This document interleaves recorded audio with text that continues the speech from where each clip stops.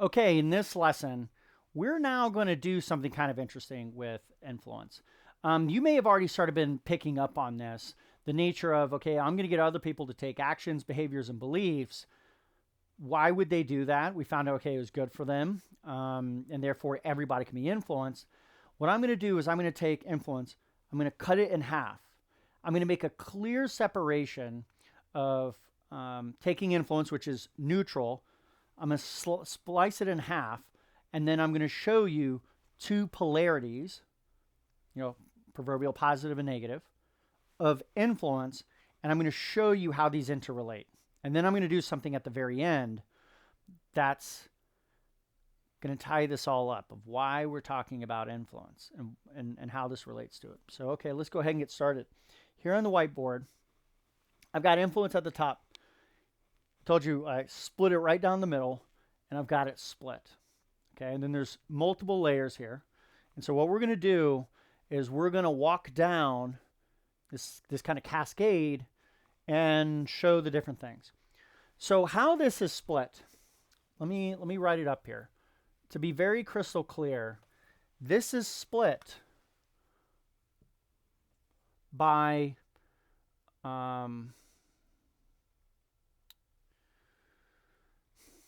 I'm trying not to give away too much going into the future because we need to walk before we can run. I want to make sure that this is like perfectly accurate. Let's say intended. No. I'll make it simple. Who benefits? Okay. So there's at least two ways of looking at doing influence, and who benefits. Who benefits, right? And so on one track, we're going to have others, and then on the other track, we're going to have self. Okay. So what we're talking about here is when we're doing influence and we're doing this natural connection with other people, the person who is being influenced by you, they believe doing things that you ask them to do, their actions, behaviors, and beliefs, and they adopt them because they believe that they are good. For them, self, right? Self, right here. Okay? Not necessarily because of others, because of self. Now, the person who's doing the influencing, you can look at every single influence activity that anybody has ever performed, ever, and it has either been for, in some combination of, others. See, there's a little spot there, hard to see. Others or self. You can split it right down the middle. Either others are benefiting or self is benefiting. It can be complex to determine which one is which, but that's not what we're talking about here. Assume what you're not attempting to do is identify someone doing influence. That's another topic for another day, okay? We're just going to we'll talk about you, okay? Or some other person that you can imagine that you're going to imagine that you could see perfectly crystal clear into what they've got going on. Like you're zoomed, down low, or you're real high up and you can kind of see what's happening. You have this kind of God's-like view and you're getting an understanding. We're going to pretend like that so that you can see this clearly and you can start putting these things in these buckets. Now, I use the word in a previous lesson, I used the word good. I'm going to use that here. But I'm now going to say this in a slightly different perspective, okay?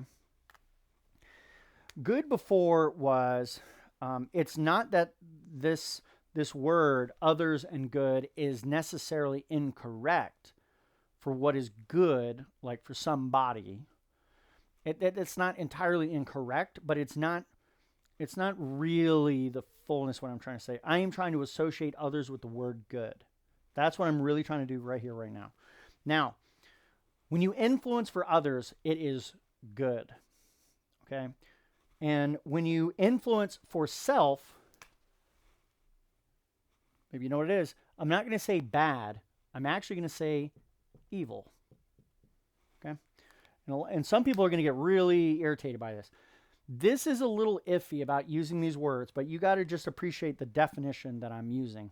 And some people are going to have too much of a, they're going to have a really big hang up of like, okay, that's not what good means.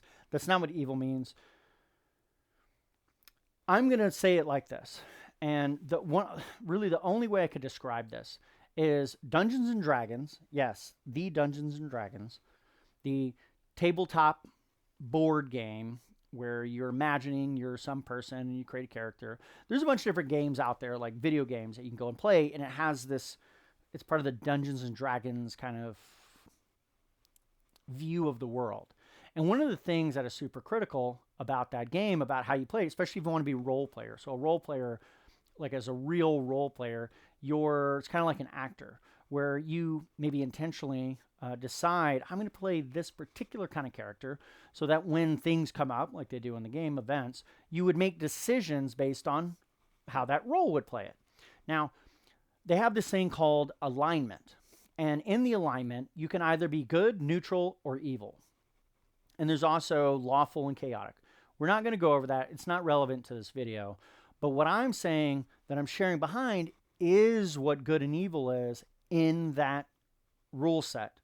And it's relevant. It's super, super, super relevant. That's why I'm using the words good and evil. Okay, it can feel a little awkward, like you don't normally hear people say good and evil like this.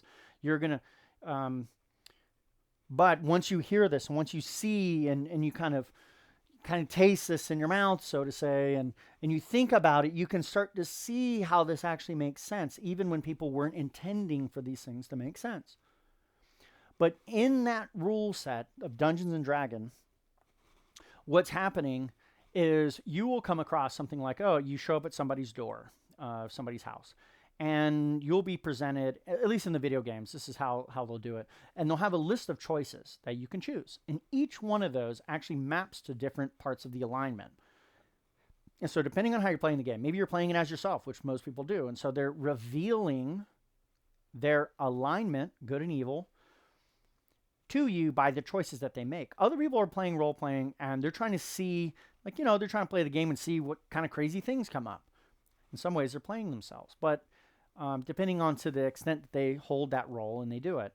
Well, their choices could be all over the place, but I'll tell you what they all have in common. Good means we're doing this for the benefit of others, and evil means I'm doing it for myself. The most perfect example I could think of that really sent this to me is I was playing one of these games, and you go to this person whose village was just destroyed, and you're coming and talking to them, and or something happened to them really bad, and they're lamenting. They're saying all this, oh man, woe is me, my kid was kidnapped, and all this kind of stuff. And then you're presented with the list. You could do was at least one of the choices was you could be concerned about them. You could say, oh, who is this? Maybe I can help you. They're trying to, the person is trying to help the other person. They're like, oh no, this person is in need. And so they'll have a choice or two that relate to that. Then they'll have a neutral one, which is maybe find out more information. Maybe, is this relevant to what we're doing? This is not. That's kind of what neutral means. That's, you're weighing, good and evil aren't that important. Others and that, you're trying to weigh these things. That's what neutral means. We're not going to go into that. Although relevant, but evil then becomes something like, a choice might be like, laugh at the person and walk away. That will be a choice. And you do that, and in the game, if you've ever played these kind of games and you do that, really interesting thing happens when you're playing as an evil character. The reason why the person is laughing at them is because they're getting their own, they're benefiting from this. They're like, oh my goodness, that is so funny. It's not necessarily just that it comes at the cost of somebody else. That's a separate issue. It's the fact that they are benefiting from it. So when they do their action, they are the beneficiaries of it. The other ones are the beneficiaries. They may get stuff from it. It may be the case that somebody who is doing good things, either helping other people or they're doing it for the benefits of other people, that they're also going to receive benefits. Also, I would argue as well, to being like keeping it within this mind, that it can be the case that you serve yourself, evil, and it helps other people. Now, my one and only comment about this before we move on, in the long run, it does not help other people. And we're going to go over a lot of stuff when we talk about leadership and how it maps to people and what they do. And you may find out, like I have, that some of that is very short-term thinking. And eventually you can get, it kind of falls apart. So maybe one small step that you make, you'll be able to accomplish something, to move on by focusing on yourself and serving yourself. But eventually it will all fall apart because everybody else will start serving themselves as well. And then once that happens, you can't have a whole. You lose this ability for the effects of leadership. We're not going to get into that. That's a different topic. But it all starts to unravel when you're going down the path of evil. Now, here's where we're trying to get to. There is a term that's used to describe this. By all intensive measures, influence, either for good or for evil, is exactly the same activities, getting people to take actions, behaviors, and beliefs, but the question is who benefits. Since we've sliced these in half, we slice influence in half based on who benefits. It's called good and evil. The question is, what is this really called? What is this whole column called? Leadership.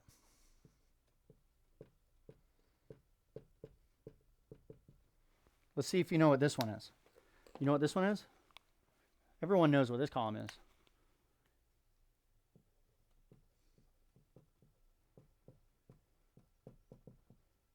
Manipulation. Friends, I got to tell you something. I got to be as honest and as forthright with you as possible. This is the state of reality itself. When you use influence for the benefit of others, it's called leadership. And when you use influence for self, which is called evil, you are manipulating. You are doing manipulation. That's the activity.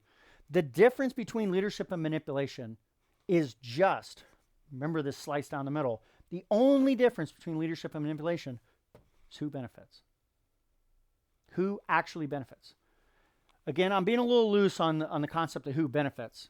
I'm intentionally doing that, but it is true. It's about the beneficiaries of the influence itself. But what is still true is what I said in a previous lesson. Whether it's in leadership or manipulation, people can be led or they can be manipulated only because they believe it is good for them. Isn't that kind of funny? Now you can start to see how the engines of the world actually work, the human world. The people who are being influenced, that are doing actions because somebody asked them to do, they believe that they're benefiting.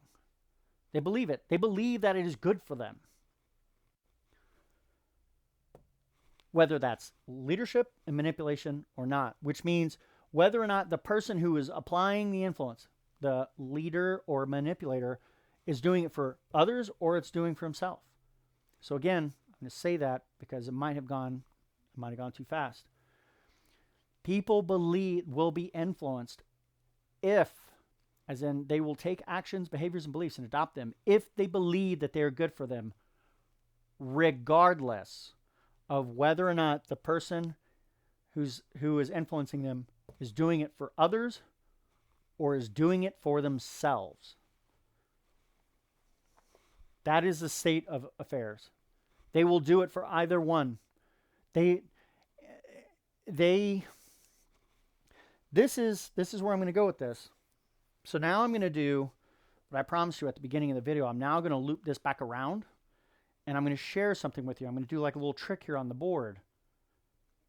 And I've kind of already given it away, but it's so worth pointing out here. We just said that leadership works. Leadership or manipulation works because the person believes it is good for them. Therefore, whether it's leadership or manipulation, there's an inherent belief that it's for the other's benefit. Let me see if I can get this on the thing here. I just drew this line. I combined these two together, and then I brought it up around, and I'm circling others. Think about this for a second. This is the state of affairs, which is, this is both leadership and manipulation exist. Okay, leadership and manipulation exist. The only difference between the two is because one is good, the other one is evil. And the reason why one's good and evil, it's about others or it's about self. This is from the perspective of the person doing the influence. Now, the person who's being influenced, they only believe that the person who is doing it for others. Therefore, whether it's leadership or manipulation, it's because this path is the path.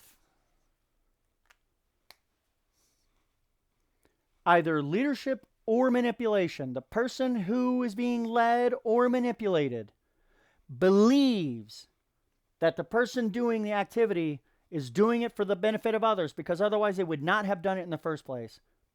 Therefore, influence itself, while it is a neutral activity that people can do, exists because this exists. Because this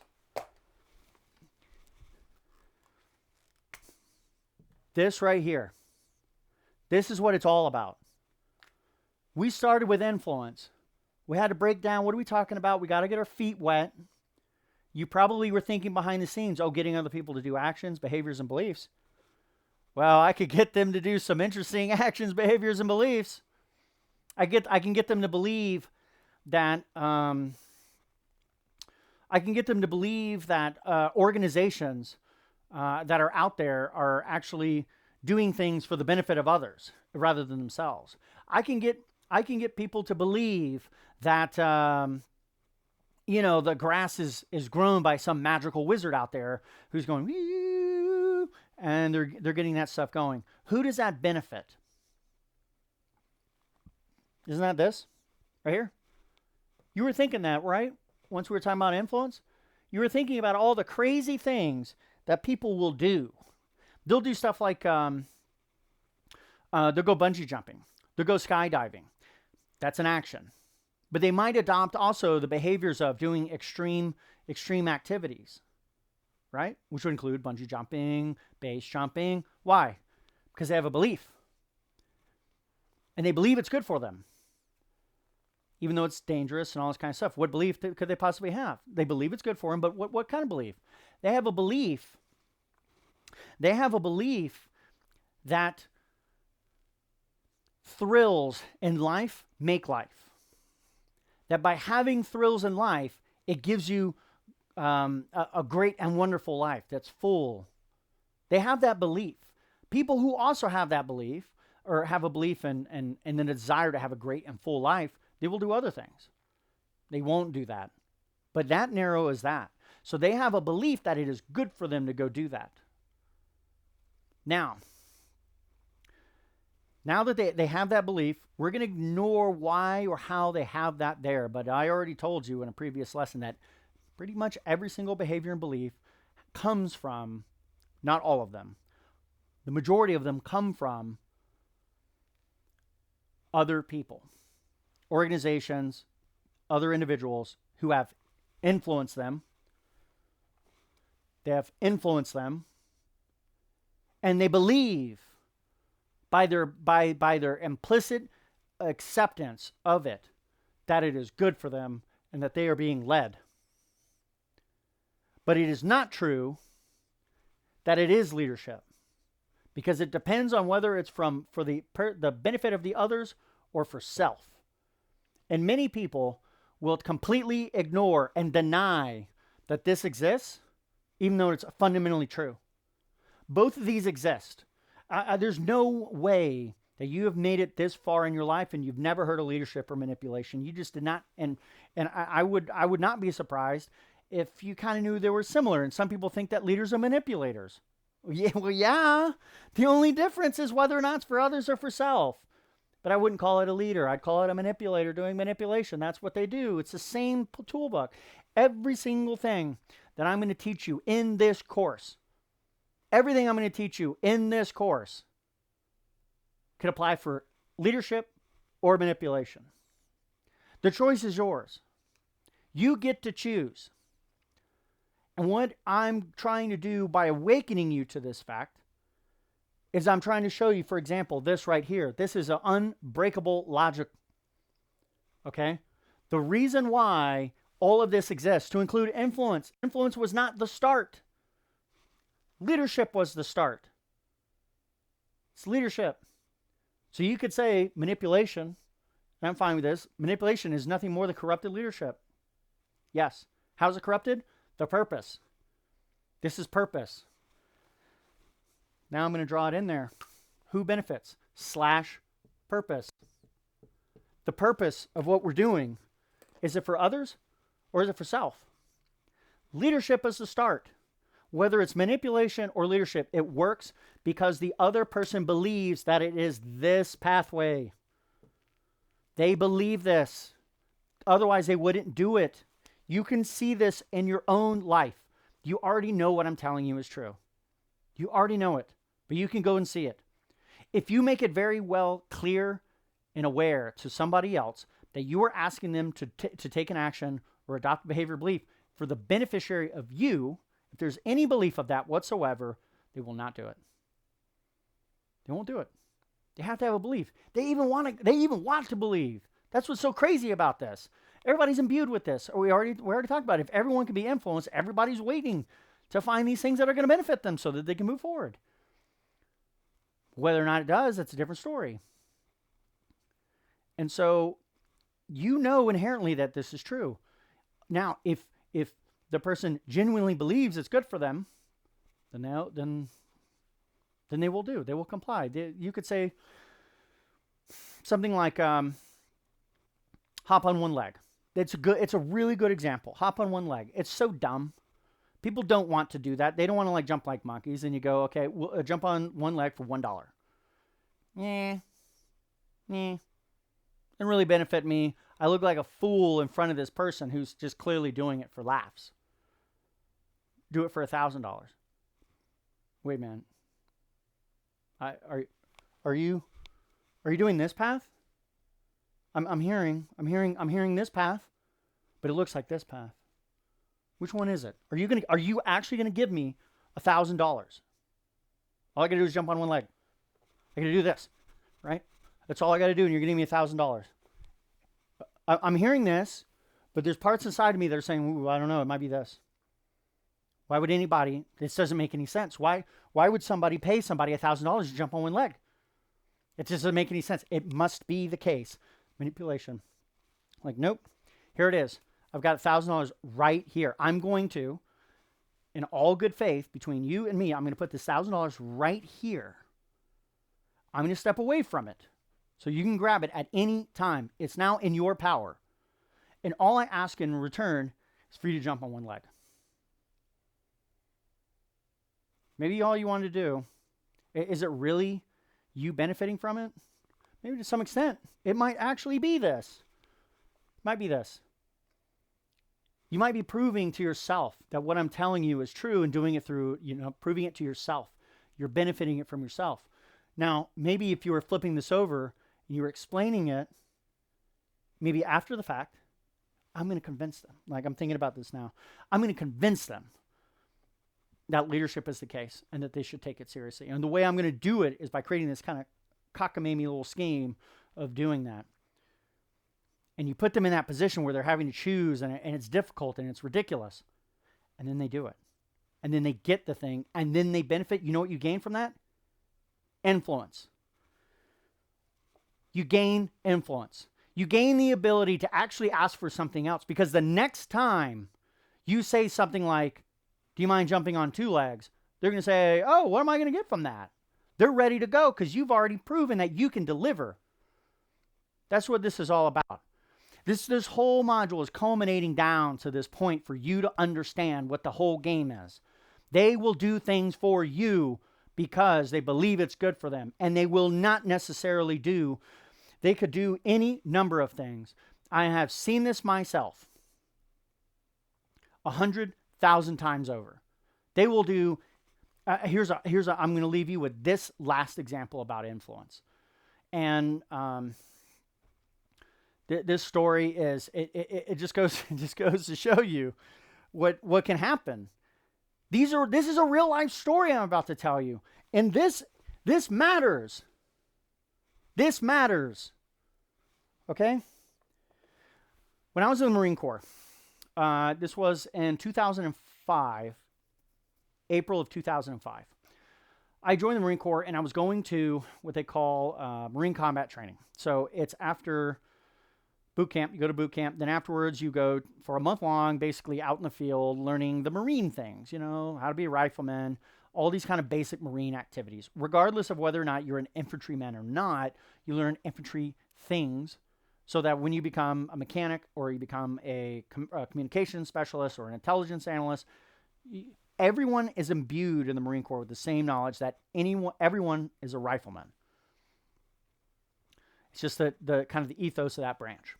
So I'm at MCT, as it's called, and the Marine Corps has this habit of we're all just kind of sitting around. We're just kind of waiting around. We're prepared and we're waiting for orders to go do whatever we're doing, and so we're just sitting around.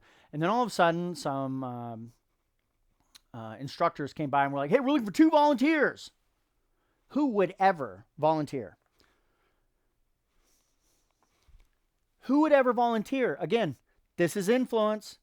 Who would volunteer? I'm asking who is willing to do what I tell them?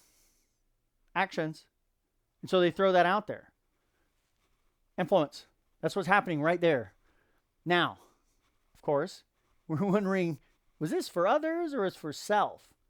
And how complicated this actually is. I say complicated. It's complex. It's nuanced. Which you don't need to worry about too much. But, okay, so 2 of my friends popped up. And everybody is like grouped in buddies. So it's like you have your person, and then they have their person, and you're just basically buddies. And so the 2 volunteers is going to be one buddy team. So they pop up and they're like, "Yeah, we'll do it. Why did they do it? They had zeal in their personality. They had zeal. We'll do it. Whatever it is, we'll do it. Volunteers right here. They're imagining they're going to go, be able to get the rocket ammo for the AT-4s that we're going to go shoot. They're going to go get the 50 cal rounds that we're going to go load into the machine guns. That's what they believe. They were like, "Me, right here. Tell us whatever you want us to do." And they went off. So then a couple hours later, we saw them. They were not so motivated anymore. Like, "Oh, what happened? Where you guys been? I forgot. You guys volunteered for something." They're like, we had to pick up trash out of the MREs, and we had to pick up trash out of the porta potties, and they didn't give us gloves.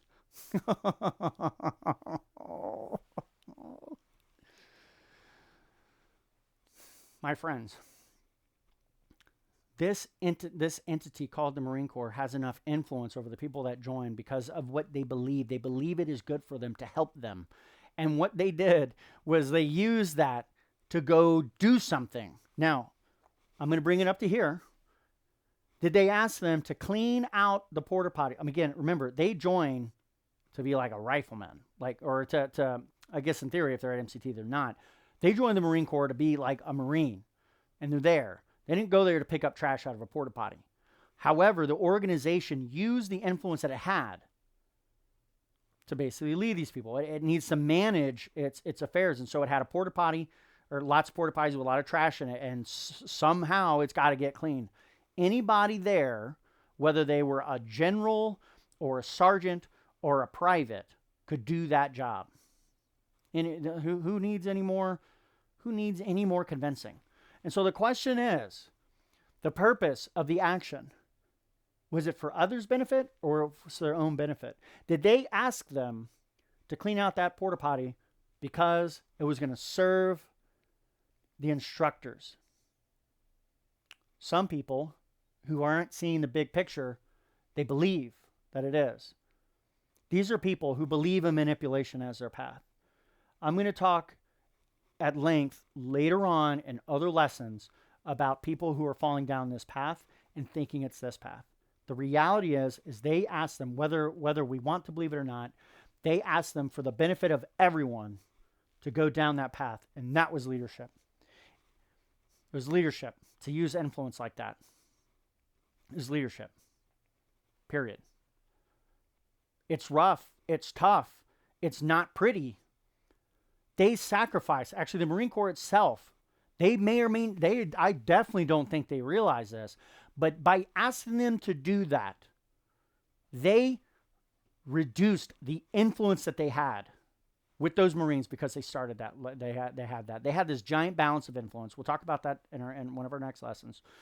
They had this giant balance of influence, and they lost a lot of it because they asked them to do something. But the task needed to be done. Granted, they could have just paid somebody to go do it rather than getting them to do it, because now those people, when they came back, they were dejected. They were determined to never volunteer again. And that was the cost. The Marine Corps lost its ability to ask these people to be volunteers because they asked them to do it. It was a cost. They paid for it, whatever. How they manage their influence is their own business, just as much as it is yours. No one can tell you, and no one can direct you how you're going to maintain and run your own influence. It's just not how it works. You're responsible for the influence, i.e. the relationships that you have with other people. This is a very real story.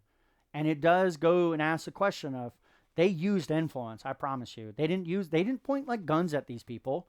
They didn't like threaten them. They said, hey, we want two motivators. They were super motivated. They came back very unmotivated.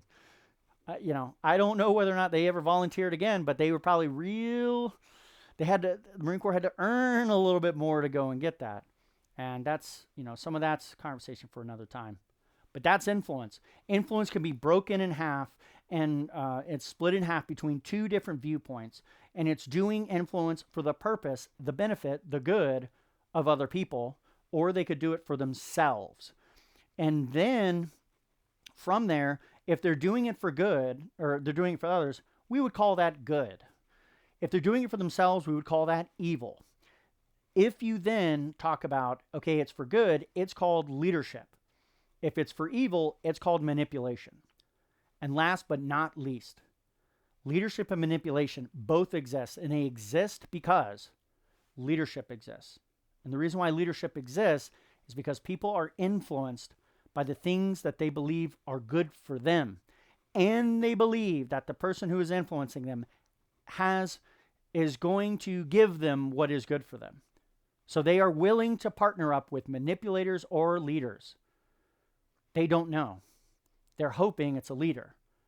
And by their actions, when they take actions and they adopt the behaviors or maybe even beliefs, they're doing it because they believe that they're a leader who is doing leadership. All right, we'll see you on the next video.